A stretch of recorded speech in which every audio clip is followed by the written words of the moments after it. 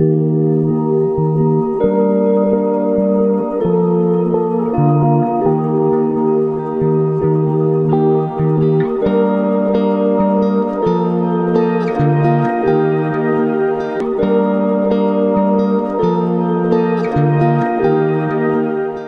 de mais nada, eu queria pedir licença às entidades que comandam e dirigem essa casa, agradecer a oportunidade de estar falando com vocês, pedir licença. O Exu do Fábio, Exu Veludo? Veludo. Vou pedir licença ao Exu Veludo, que guardião, Exu da casa, também foi Exu Veludo, trabalhava com o meu pai. Pedir licença ao seu Tranca-Rua das Almas, que é o Exu que me acompanha e trabalha comigo, ou quem eu tenho a honra de servi-lo. Vocês estão percebendo que eu estou falando muito de Exu. Eu vou falar bastante de Exu de encruzilhada. É quase que um tabu, né? Todo mundo se assanha quando se fala Exu, o que é esse espírito, né? O que é essa entidade. Então, antes de mais nada, Exu é movimento. Exu é o comunicador. Para os Yorubás, é um orixá da comunicação. Eu estou com minhas guias de Exu e estou com uma guia de Baiano, que é uma outra entidade que me acompanha, que eu tenho o prazer de trabalhar com ela, que está há muito tempo na minha vida. Então, peço licença a cada entidade que rege a cabeça de vocês, a cada protetor, a cada anjo de guarda, como vocês queiram falar, para que eu possa me comunicar adequadamente numa casa universalista, uma casa espírita, e passar um pouquinho do que eu sei e aprendi da Umbanda e das encruzilhadas que a Umbanda atravessa e nós atravessamos. O tema que eu coloquei como preleção, as encruzilhadas de Umbanda. Todo mundo já viu algum despacho numa encruzilhada, alguma oferenda numa encruzilhada? Já aquilo é macumba. O que é macumba? A macumba é a avó da Umbanda, a mãe da Umbanda, vamos dizer assim, porque se a gente seguir uma lógica cronológica, desde que o povo preto vem ao Brasil, ele carrega consigo a sua religião ancestral. Então, licença Mãe Mícola, por onde eu passei também, terreiro de Dona Mícola Coraza, Ogum Ramatiz Oriente, com orgulho ter tido meu tempo lá, aprendi também muito lá. Depois eu falo um pouco da minha vida como umbandista, vamos para a parte técnica, né? Então o povo preto chega ao Brasil aproximadamente entre 1525 e 1530, trazendo toda a bagagem cultural, religiosa e de tecnologia. O povo preto chama muito de tecnologia espiritual, que posta em prática é muito visto como magística, magia, macumba. Então essa tecnologia que eles trazem para o continente sul-americano, nas Américas, seja do norte ou central, leva um nome, acaba recebendo um nome através da culturização que eles passam. O povo preto chega aqui, muitos catequizados, já recebendo o nome cristão, para que eles pudessem ser dominados, né, para que eles pudessem receber a cultura do povo branco para serem dominados. Então, a história de resistência do povo preto, até na religião, é uma luta de quilombo, onde eles se escondem, onde eles se protegem, onde eles precisam se defender para que eles mantenham as suas raízes. Para vocês terem uma ideia, alguns de vocês já podem até ter estudado a respeito disso, que antes do povo preto sair da África, ele era obrigado a dar voltas numa árvore que era chamada árvore do esquecimento. Lá ele era obrigado, ele era infligido a esquecer toda a cultura que ele podia trazer. Porque ele foi submisso, ele foi escravizado, ele foi capturado. Então chega aqui em Terra Brasil, né, nosso primeiro povo escravizado foi o povo indígena. Nós viemos de uma cultura de escravização, né, desde o povo indígena até o povo preto. O povo indígena já professava suas crenças, né? Se a gente pensar o Tupi, o Tupinambá, o Araribóia, o povo que estava aqui já tinha essa cultura de cultuar a natureza, de cultuar os seres encantados, né? Que hoje em dia nós chamamos de seres encantados. E o povo preto chega, se miscigena, se mistura. Começa a se formar uma amálgama, começa a se formar uma estrutura de culto que futuramente a gente vai começar a chamar de Umbanda, de Macumba, de Calundu, de Cabula. Então, se a gente pegar cronologicamente, a primeira coisa que acontece no Brasil é a santidade, que é a mistura dos ritos indígenas com os ritos católicos cristãos. Então, essa santidade tinha até um papa indígena. Depois disso, surge a Cabula, depois o Calundu, depois a Macumba e depois a Umbanda.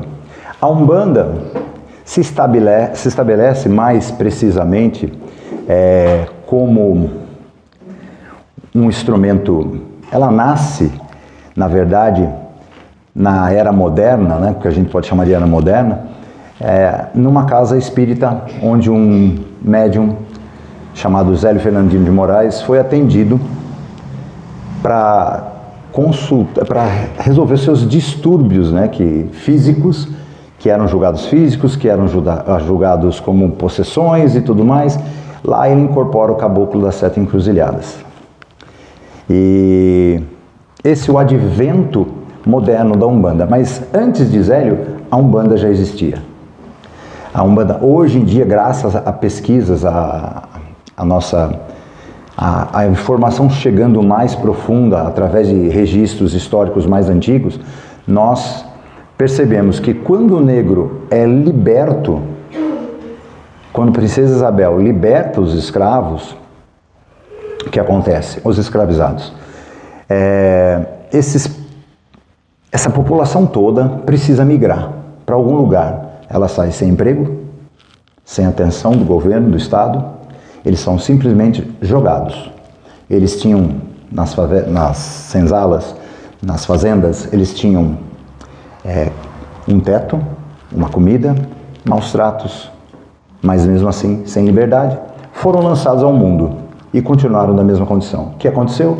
Morro, interior, foram formando os quilombos, as favelas, e nessas favelas, a cultura sem opressão, a cultura negra conseguiu manter uma continuidade. A religião começou a ser mais permitida. Então, não sei se estou falando muito rápido. Tá tudo bem? Posso continuar nesse ritmo? Dessa forma, eu quando falo preto, pessoal, eu tenho herança preta na minha família, tá? Meu pai era preto, meus avós paternos eram pretos, então eu tenho orgulho de falar povo preto, tá? Porque eu acho que é a nomenclatura que a gente tem que usar. Não se ofendam, tá? E não achem estranho. Ou seja, esse povo começa a ritualística nos morros, tocando os tambores, feitos de uma árvore que se chama macumba. A árvore chamava-se macumba. Então, da macumba, da árvore da macumba, surgiu o instrumento musical que era a macumba, precursor dos atabaques. Então, os tambores tocando, vamos lá na macumba, o que seja, era o ritualística de ir à macumba, era ir ser tratado espiritualmente, receber o atendimento médico que, através das ervas, através dos passes, né, dos benzimentos que muitas vezes os pretos, as pretas faziam nessas comunidades. E as mesmas coisas aconteciam nos quilombos, né? Era um reduto de pretos foragidos, que antigamente eram escravizados, e lá eles cultuavam os orixás, os inquices, os voduns. O que é inquice, vodum, orixá? Orixá, a gente está mais familiarizado, Ogum, Xangô, Yansan, Iemanjá, né? Todo mundo já ouviu falar um pouquinho desses nomes, né? O vodum, o inquice, são a personalização parecida desses mesmos orixás, só que de outros povos pretos. Então, os povos em cada região chamavam as suas divindades por um nome. Então, digamos que o povo Bantu, que foi o primeiro que chegou aqui, o povo preto, Bantu, que usa, de onde surgem as palavras cafuné, que mais? Isso fugiu. Tem muita palavra que a gente usa no nosso cotidiano. Dengo. Dengo é uma palavra Bantu. Então a gente está acostumado, eu quero fazer um dengo. O que que é? É dar colo em Bantu. Ele está recebendo dengo. É bom o dengo, não é, Heitor? É ou não é um bom dengo? É bom.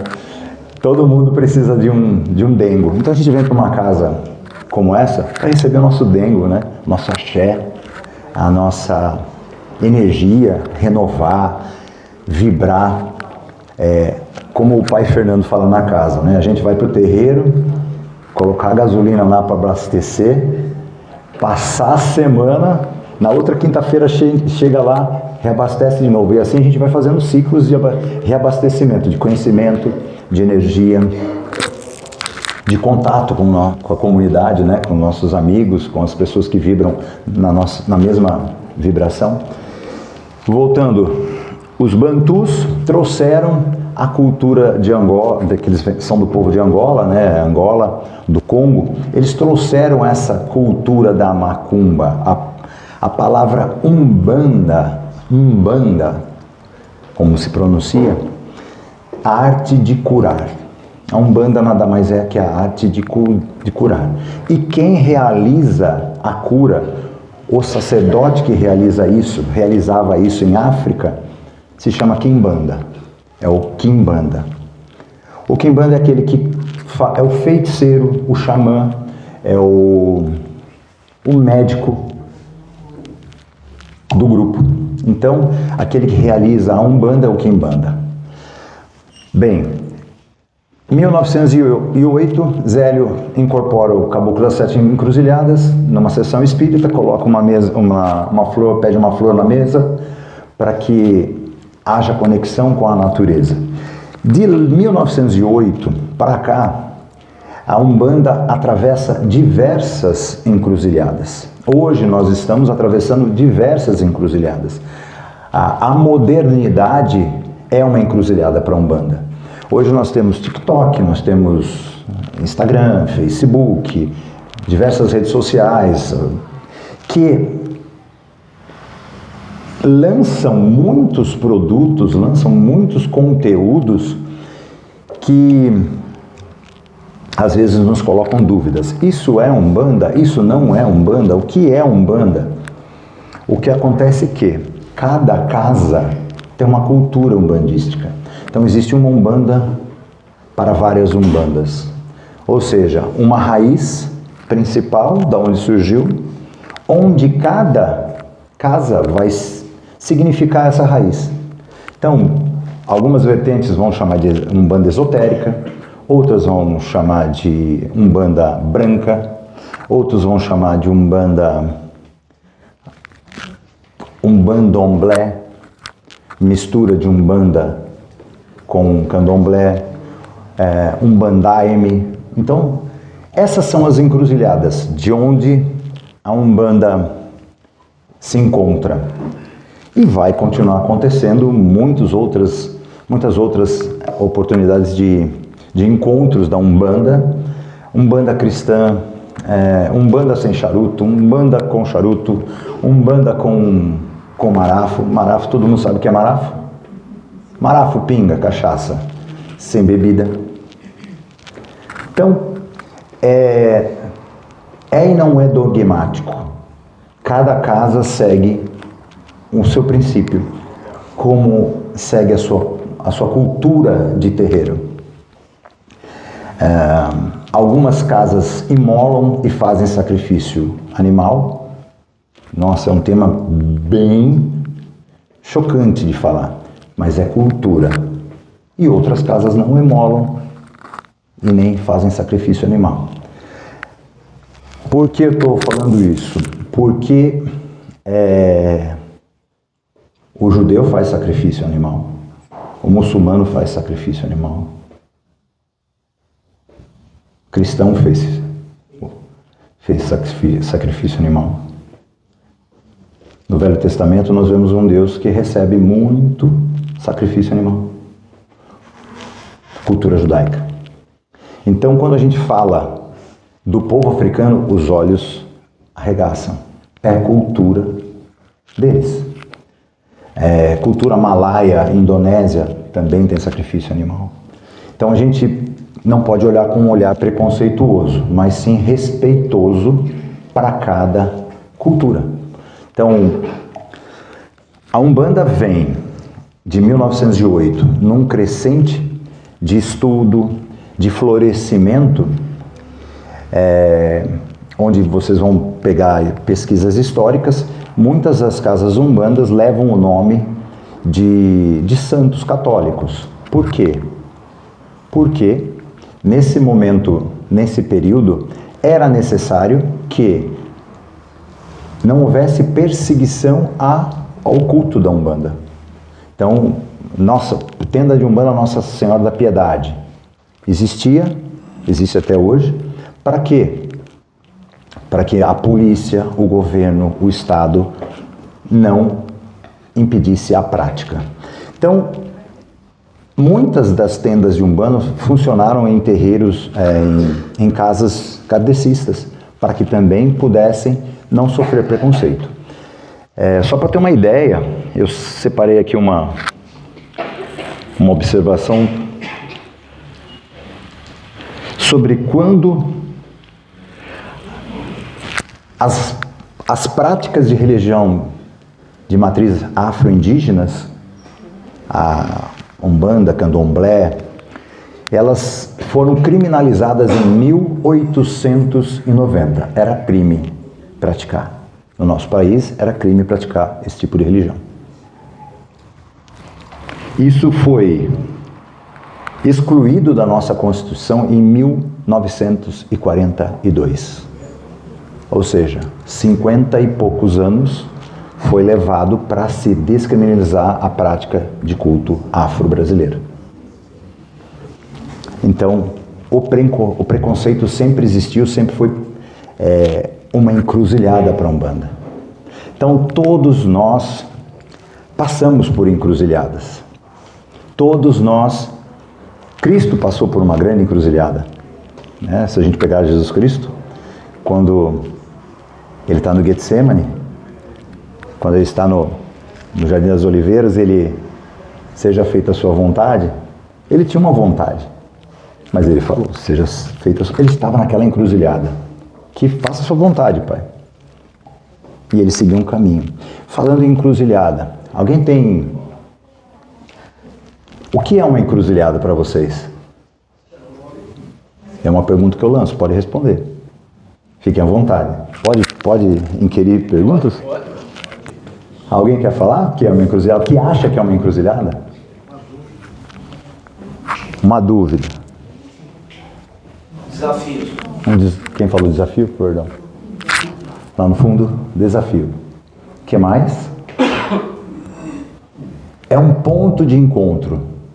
É um ponto de desafio. É um ponto de dúvida.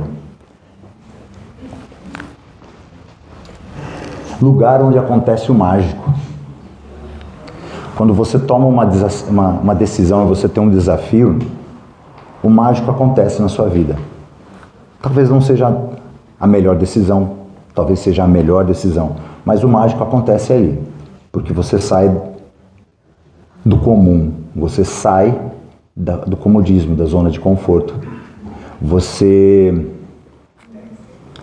toma decisões. A encruzilhada é um ponto de encontro onde você se encontra com você mesmo, aonde você tem que ser por você, não pelo outro. É onde você tem que agir. Que caminho eu devo seguir? Direita, esquerda? Recuo? Avanço? Vou para o lado? Vou para o outro? É um ponto de encontro, ponto de decisões.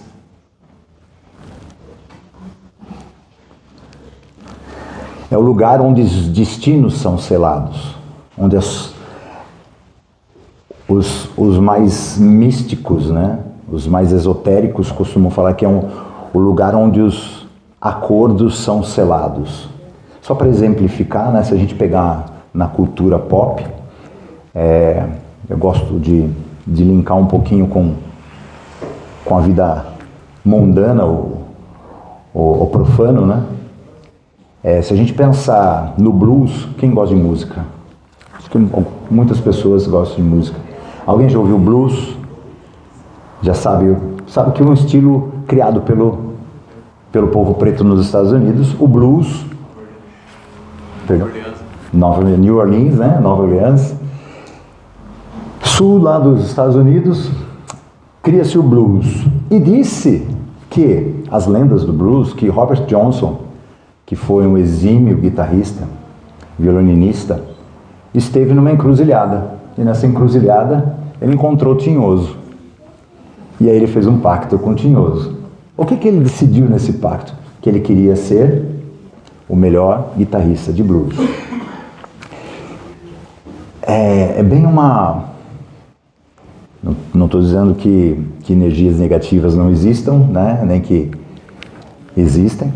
Nós somos provas vivas disso diariamente, que a gente lida com isso, né?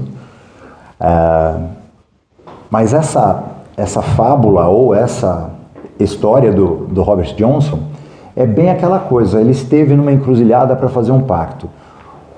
O que foi esse pacto? Ele se dedicou a ele mesmo, a ser o melhor guitarrista. Vou treinar, vou praticar, vou me dedicar. E aí ele tinha o talento, ele tinha o dom, ele criou o blues.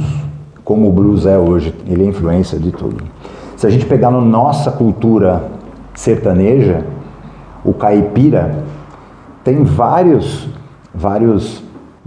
contos que dizem que se um violeiro quer ser um bom violeiro, o que ele deve fazer? Ir numa encruzilhada, encontrar uma igreja abandonada, não sei se vocês conhecem esse conto, achar um buraco na taipa, colocar a mão dentro da taipa e lá dentro ele vai sentir a força do Tinhoso. E o Tinhoso vai esmagar os dedos dele.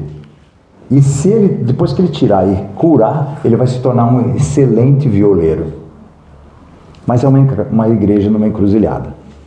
É tudo analogia, tá, pessoal? Tudo exemplos de como as nossas crendices populares vinculam lugares como se fossem ruins, né? Encruzilhada não é um lugar ruim. É um lugar de tomada de decisão. Outros dizem que se o violeiro quer ficar bom, ele vai numa encruzilhada e deixa passar uma cobra coral por entre os dedos para se tornar um excelente violeiro. Então tem um monte de coisa, né? Caboclo, cobra coral, né? Ele deve ser um excelente violeiro. Os ritos das divindades antigas, né, eram todos feitos nas encruzilhadas. Tanto na cultura greco-romana, se a gente pegar os sacrifícios, as oferendas, quando eu falo sacrifícios, não só imolação, tá? Mas o sacrifício, ou seja, o fiel ir lá e depositar alguma coisa de valor para ele, para a entidade, para a deusa, para a divindade, é um sacrifício. A deusa Hécate, que é a deusa da magia na cultura greco-romana, recebia suas oferendas numa encruzilhada. Os mortos na Europa medieval, os mortos suicidas e que tinham tido mortes muito brutas, eram enterrados em encruzilhadas, para que os espíritos fossem confundidos e não fossem atrapalhar a vida dos outros. Então, são crendices, né? É cultura mundial que a encruzilhada seja um ponto de encontro, um ponto de divisão, um ponto de estabelecimento de contato entre o mágico e o natural. Os índios, né, nossos índios também ofereciam, devem oferecer até hoje, naqueles que preservam suas raízes, alimentos, bebidas, animais para o Curupira nas encruzilhadas. Então tem todo um folclore, tem toda uma mística envolvendo a encruzilhada. Mas voltando a falar de redes sociais, hoje em dia a gente vê muito popstar, né? Muita gente popstar falando de Umbanda, falando de Quimbanda, falando de Candomblé. E muitas vezes a gente se pergunta, isso é a religião afro? O que eu posso dizer para vocês é que eu respeito o trabalho dessas pessoas, mas quanto mais a gente se aproximar e se aprofundar no velho, mais a gente vai entender o novo. Eu vou usar um exemplo meu. Algumas pessoas me conhecem do esporte, das atividades físicas. Eu sou praticante de arte marcial há muitos anos e deixei de praticar a arte marcial que eu praticava por um período, até pelas limitações que o corpo vai apresentando com os anos. E aí eu estava esse ano, eu preciso fazer algo novo. Para mexer com o meu cognitivo, mexer com o meu corpo, para aprender uma cultura diferente. E o que eu fui fazer? Fui fazer uma outra arte marcial. Eu faço Hapkido e fui fazer Karatê. Para mim foi um universo novo que se aprendeu. Mas o que eu descobri, a grande sacada que eu descobri é que eu estava mergulhando no velho. A arte marcial sempre esteve dentro de mim. Então eu fui buscar no velho descobrir o novo. Então entender o novo hoje é se aproximar lá das raízes, lá da nossa essência. E eu acho que deve ser assim com todos nós. Buscar o novo sem entender o velho não vai te dar um caminho, vai te colocar sempre numa encruzilhada. Quanto mais você entender o antigo, o velho, mais esclarecimento, mais conhecimento você vai ter. Só para citar uma passagem bíblica, né? No Velho Testamento, no livro de Ezequiel, encontra-se no capítulo 21, versículo 21 e 22, uma descrição de que o rei da Babilônia, Nabucodonosor, esteve numa encruzilhada para consultar técnicas adivinatórias para tomar uma decisão. Então, a encruzilhada está sempre em nossa vida. Quais são as maiores encruzilhadas que nós tomamos? Levantar cedo de manhã, com energia, com disposição. Isso pode parecer fácil para alguns. Para outras pessoas que estão em depressão, com ansiedade, com pânico, isso é uma encruzilhada. Isso é difícil. É difícil tomar a decisão de viver de novo, encarar as dores. Então essas pessoas que estão enfermas psicologicamente, emocionalmente, toda decisão de prosseguir é uma encruzilhada. Aquele que está num leito de hospital está numa encruzilhada. Ele está entre o plano material ou a ida para o plano espiritual. As encruzilhadas cercam as nossas vidas, as nossas decisões. A decisão de ser bom ou ruim é uma encruzilhada. A decisão de ser caridoso ou não caridoso é uma encruzilhada. Porque muitas vezes aquele que vem te pedir a caridade é aquele que você olha com um olhar crítico. Eu não gosto dessa pessoa, mas ela está me pedindo ajuda. É uma encruzilhada.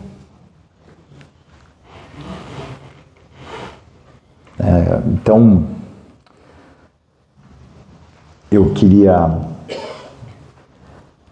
dizer que a encruzilhada não é um lugar de dúvida.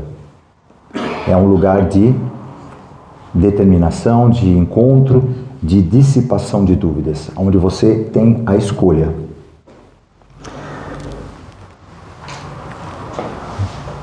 Quanto tempo eu tenho mais?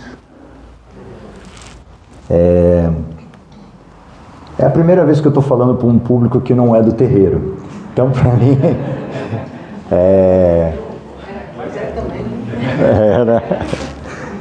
do meu terreiro.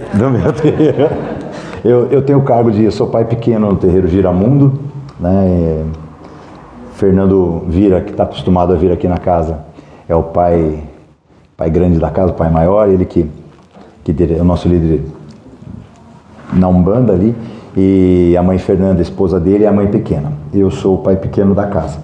Então, vou falar um pouquinho da minha trajetória como umbandista, tá? Talvez seja bom, talvez não seja bom, mas eu nasci num lar umbandista, com um pai descendente de escravos, que praticavam a magia africana, lá atrás, os meus bisavós, tataravós, que se converteram ao cristianismo, depois ao kardecismo. Meu avô paterno foi kardecista. E meu pai queria ser padre. Num determinado momento foi coroinha, mas sempre a raiz, né, o antigo o chamava. Vou contar a história dele um pouquinho, porque através dos meus ancestrais eu posso contar a minha história. Sem ancestralidade eu não conto a minha história. A gente não pode esquecer os nossos ancestrais, né? Como a gente não pode esquecer Dona Mícola, da onde tudo surgiu, o núcleo daqui, né? Meu pai se tornou policial militar em São Paulo. Nós somos uma família paulistana, e logo depois que ele entrou na polícia, ele estava num certo cargo de comando, ele foi incumbido a fechar um terreiro de Umbanda. Ele foi designado a pegar quatro policiais e ir fechar as portas de um terreiro de Umbanda. Meu pai era sargento na época, andava armado, fardado. Isso deve ter sido anos 50, final dos anos 40. E ele foi designado para essa missão e foi. Chegando lá, ele entrou no terreiro, o trabalho já tinha sido iniciado, o atabaque estava comendo couro, as pessoas estavam incorporadas, dançando, fumando, bebendo, as pessoas não, as entidades. O que aconteceu? Ele chegou para a dirigente e falou: eu vim fechar essa bagunça. E eu quero fechar isso aqui, eu tenho ordem, é uma pouca vergonha isso, onde já se viu esse povo todo dançando, fumando e bebendo. A mãe de terreiro, Dona Francisca, chegou, falou para ele: o senhor pode esperar eu terminar a sessão? Terminando a sessão, o senhor fecha, o senhor toma a decisão que o senhor quiser. Ele foi, tinha uma assistência, pegou os policiais, sentou na assistência, e ao sentar na assistência, ele conversava com os outros policiais, quando de repente ele apagou. Quando ele apagou, ele estava no meio da gira, sem camisa, sem bota, sem o fardamento, e ele tinha acabado de receber seu caboclo Urutu da mata, que veio governar a coroa dele até o final da vida dele. Depois disso, ele nunca mais largou a Umbanda. Eu digo nunca mais largou, mas a gente teve uns episódios na nossa vida que nós entramos em encruzilhadas. Minha vida não está dando certo. Eu preciso largar a espiritualidade de Umbanda, eu preciso largar o catolicismo, eu preciso largar o evangelho, eu preciso largar... Pessoas, desculpem, mas a nossa reforma íntima, né, é a que é mais importante para que a gente possa fazer a religião ser positiva em nossa vida. Então não adianta a gente estar num culto de Umbanda, a gente está num culto kardecista, a gente está num culto muçulmano, judeu, se a gente não se mudar. Então a encruzilhada de mudar, a opção de mudar, é do seu encontro com a dificuldade, de perseverar na fé que você tem, perseverar naquilo que você acredita que é bom. E aí você muda. A vida não vai ser um mar de rosas, né? Não vai ser um jardim sem espinhos, a gente vai caminhar por espinhos. E é isso que... Ou seja, ele continua trabalhando nesse terreiro. A mãe de terreiro foi minha madrinha de batismo. Eu nasci praticamente dentro da barriga da minha mãe, eu já estava na gira, já estava em gira desde a gestação. E de lá para cá eu vim mantendo a cultura familiar, né? Meu pai, depois que saiu do terreiro, começou a atender em casa. Ele teve um congá, um PG em casa, onde ele recebia algumas poucas pessoas.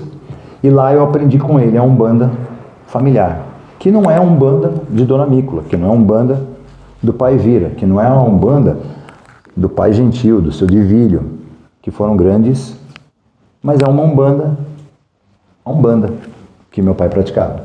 Então, são diversos caminhos, diversos cruzamentos. Então, não dá para dizer que a Umbanda de um é certa e a outra é errada. Não dá para dizer que a Umbanda que é praticada aqui é errada, que a Umbanda que é praticada num outro terreiro que tem mais à frente aqui, eu não sei o nome, tudo está certo. São as pessoas que fazem o errado dentro da religião. Depois disso, eu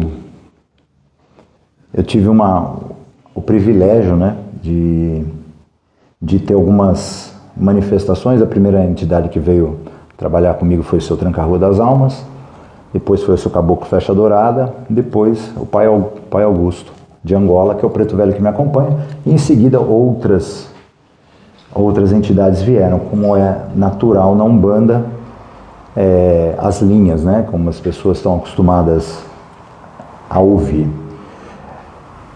Depois disso, no ano de 2003, num trabalho em casa, foi muito interessante que aconteceu um negócio que eu nunca imaginava que ia acontecer.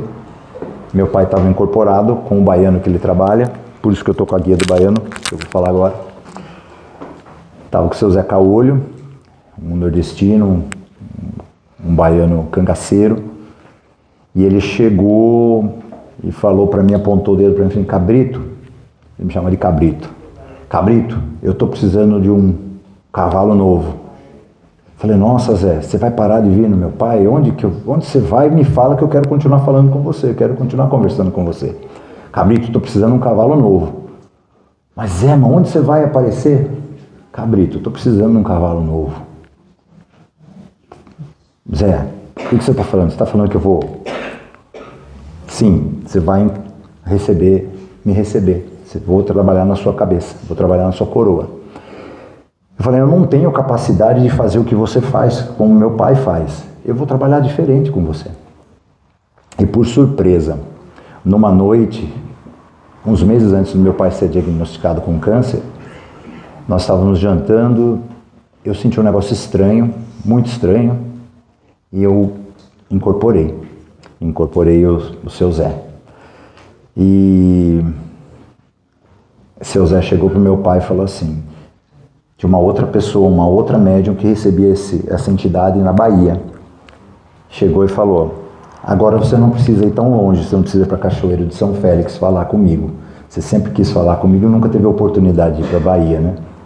E ele não foi. Aí depois que meu pai faleceu, eu comecei a trabalhar mais intensamente com ele, por isso que eu estou com a guia do baiano, eu trabalho muito com ele, é um guia que eu estimo muito. E o que isso me ensinou? A dúvida me ensinou, me colocou numa encruzilhada, me colocou numa situação de reflexão, falou: mas será que é o espírito que estava com meu pai, que está incorporando em mim? A dúvida sempre existiu, sempre permaneceu ali me cutucando. Tive algumas provas, mas a gente é fraco, a gente não acredita, né? A gente sempre precisa de mais e mais e mais.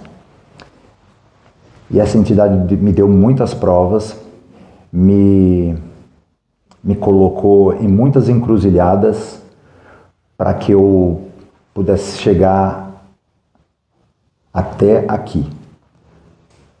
Então, o que eu posso dizer, finalizando agora, é: não deixem as dúvidas estagnar o movimento de vocês. Movam-se, produzam, estudem, busquem conhecimento, busquem esclarecimento, busquem atendimento quando precisa.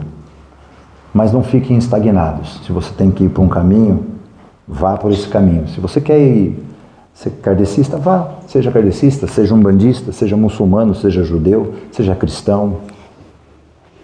Mas siga algo.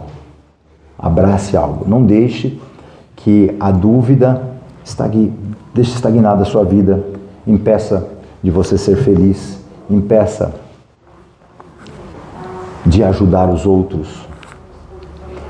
Eu acho que uma corrente como essa, um grupo como esse, junto é muito mais forte do que um só. Então a gente costuma falar no final da gira no terreiro que juntos nós somos mais. Então não se esqueçam disso, que juntos vocês sempre serão mais. Juntos na fé, na ajuda ao próximo, na caridade, no aprendizado. Juntos aqui nós todos estamos aprendendo.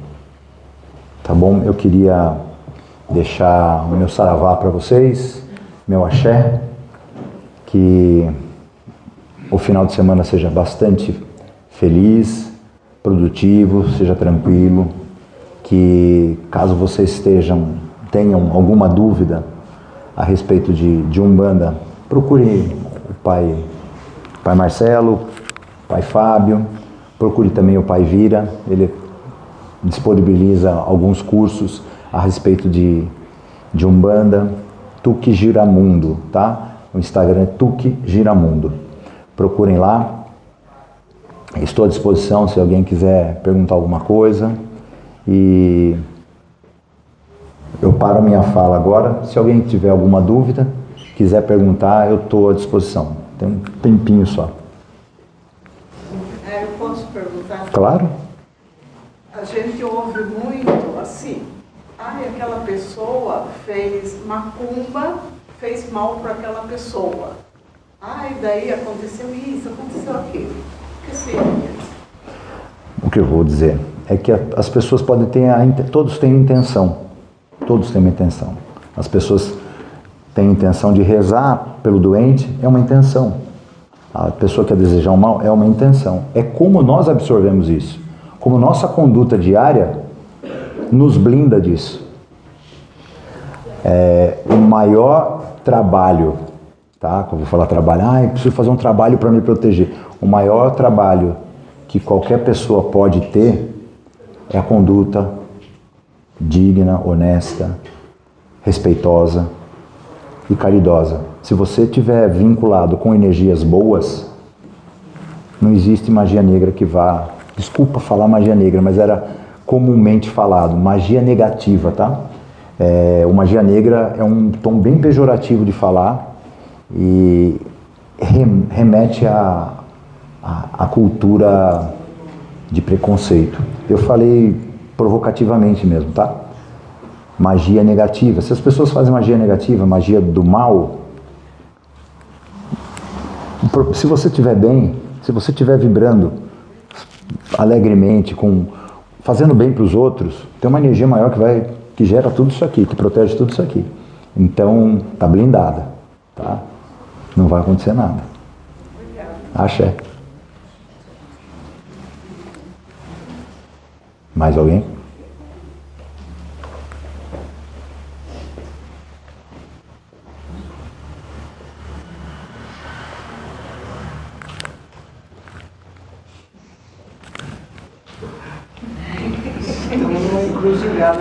Eu estou numa encruzilhada, agora se me deixar, eu paro de falar ou deixo vocês falarem? A encruzilhada está aí, pessoal. Então, quero agradecer a oportunidade de ter... Pode falar. Posso fazer uma pergunta? Claro. Toda encruzilhada tem guardião? Você tem? Se toda... No que você acredita? Encruzilhada de rua mesmo.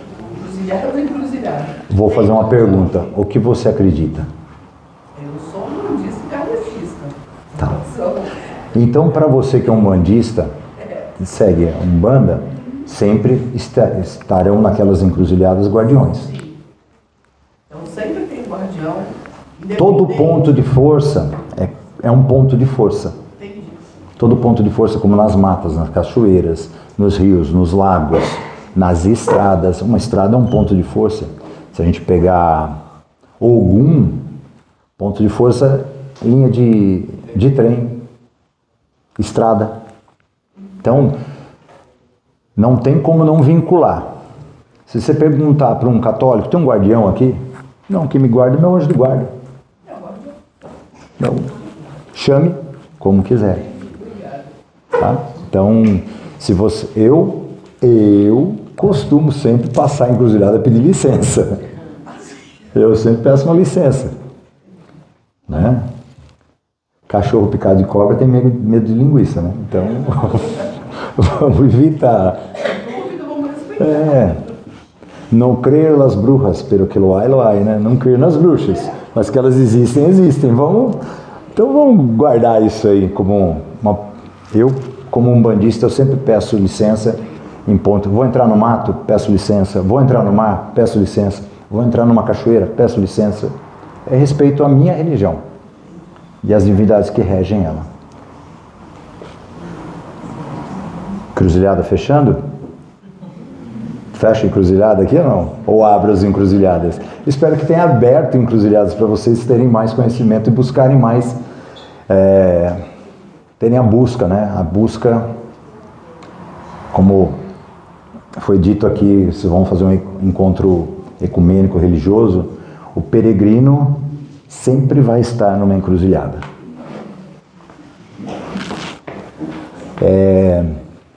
Eu vou revelar uma coisa que ele falou peregrino, me tocou, né? Para mim é um sinal. Lá nos anos 90, quando teve o boom do Paulo Coelho com o Diário de um Mago, eu fiquei apaixonado pelo livro. E eu falei, eu quero fazer esse caminho, eu quero fazer um caminho, eu quero fazer o caminho, eu quero fazer o caminho. Depois que eu, mais praticando o Umbanda, eu falei, não tem muito a ver com a minha cultura religiosa, né? Porque eu sou um bandista, eu vou passar por um caminho que venera santos católicos, com uma profundidade católica muito forte. E aí eu comecei a olhar minha data de nascimento, eu falei assim, nossa, daqui a pouco eu aposento. Você quer saber um negócio? Eu vou fazer esse negócio daqui 2 anos. Tomei essa decisão. Daqui 2 anos eu vou fazer essa peregrinação. E quando ele falou de peregrinação, me tocou como mais um reforço. A peregrinação sempre esteve na minha vida. Eu gosto de correr, eu gosto de andar. Para mim o movimento é importante. E aí eu decidi, eu vou fazer a caminhada. Mas para quê? Para quê? Para quê? Para me encontrar mais comigo mesmo. Para me encontrar as encruzilhadas num lugar diferente. Encontrar pessoas que eu não, parado aqui, não vou conseguir encontrar nunca. E talvez essas pessoas transformem a minha vida com uma palavra, com um gesto, com um olhar. Então, licença, seu tranca-rua das almas, muito obrigado, né, por me colocar e abrir os caminhos, né, destrancar e trancar aquilo que não é, no que é bom. Então, eu queria deixar meu abraço, meu carinho, meu afeto pela casa, aos integrantes da direção da casa. Obrigado pelo convite. Não foi tão técnico assim, foi mais humano a minha exposição de encruzilhada do que qualquer coisa, tá? E independente da forma que a gente chame, de Deus, arquiteto superior, que for, que Ele esteja em nossas vidas, que Ele esteja nas nossas caminhadas, nos nossos passos, que Ele esteja, que Oxalá esteja presente no coração de cada um de vocês, em cada ato, em cada ação, em cada reação principalmente, porque muitas vezes a gente tem reações que não são satisfatórias para o nosso conhecimento espiritual. Muitas vezes a gente reage no trânsito como nós, de uma forma guerreira, que muitas vezes a gente podia estar... Eu tenho me policiado há muitos anos nisso. Hoje em dia a gente observa o trânsito está muito perigoso, muito violento. Uma pessoa desce, saca uma arma, dá um tiro por nada, porque houveram reações. Então, mais do que uma ação, é como a gente saber responder uma reação. Como saber receber uma reação de uma intenção negativa. Fizeram um trabalho para você. Como eu vou reagir a isso? Como eu vou reagir a essa fala? Como vou reagir com esse menino que veio pedir alimento aqui? Então é tudo, mais do que ação, é a nossa reação com a situação. Como que eu vou reagir passando na encruzilhada? Vou pedir licença? Cada um vai reagir de uma forma que sabe. Então, quanto mais a gente souber agir com amor, com respeito, com entendimento, nossas reações serão melhores. Então, que Oxalá, que Ogum, que é o Senhor dos Caminhos junto com Exu, que Exu é o Senhor do movimento da comunicação, também esteja com vocês, abra o caminho de cada um de vocês, traga axé, saúde, sabedoria, prosperidade material e espiritual na vida de cada um, que, como o seu tranca-ruas costuma falar no final do atendimento, caminhos abertos sempre. Axé.